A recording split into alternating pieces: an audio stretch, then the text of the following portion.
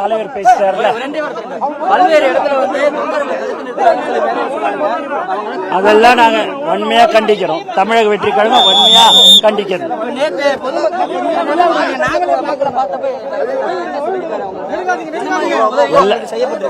சட்ட ரீதியாகவும் மற்ற எல்லா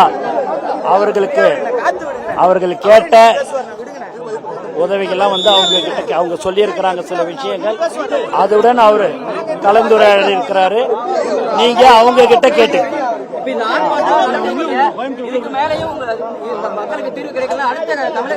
அது தலைவர் அவர்கள் அறிவிப்பார். அது சம்பந்தம். தமிழக வெற்றி கழக நிர்வாகிகள் கைது செய்யப்பட்டிருக்காங்களே சார்.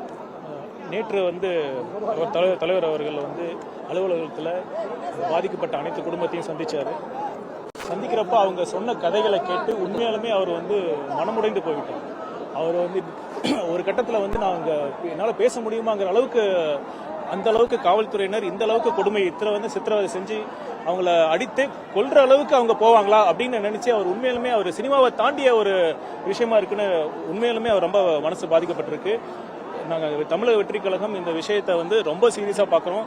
ஒரு அரசில் வந்து பல தவறு நடக்கலாம், ஒரு மின்சாரத்துறை இந்த ஊழல் கூட நடக்கலாம். ஆனால் காவல் மரணம்ங்கிறது நேரடியாக முதலமைச்சர் அவர்களை வந்து டைரக்டாக வந்து குற்றம் சாட்டப்பட்ட வேண்டிய ஒரு விஷயம். காவல்துறையை வந்து முற்றிலும் வந்து முதலமைச்சர் கட்டுப்பாட்டிலே இல்லைங்கிறத அதை காட்டுது.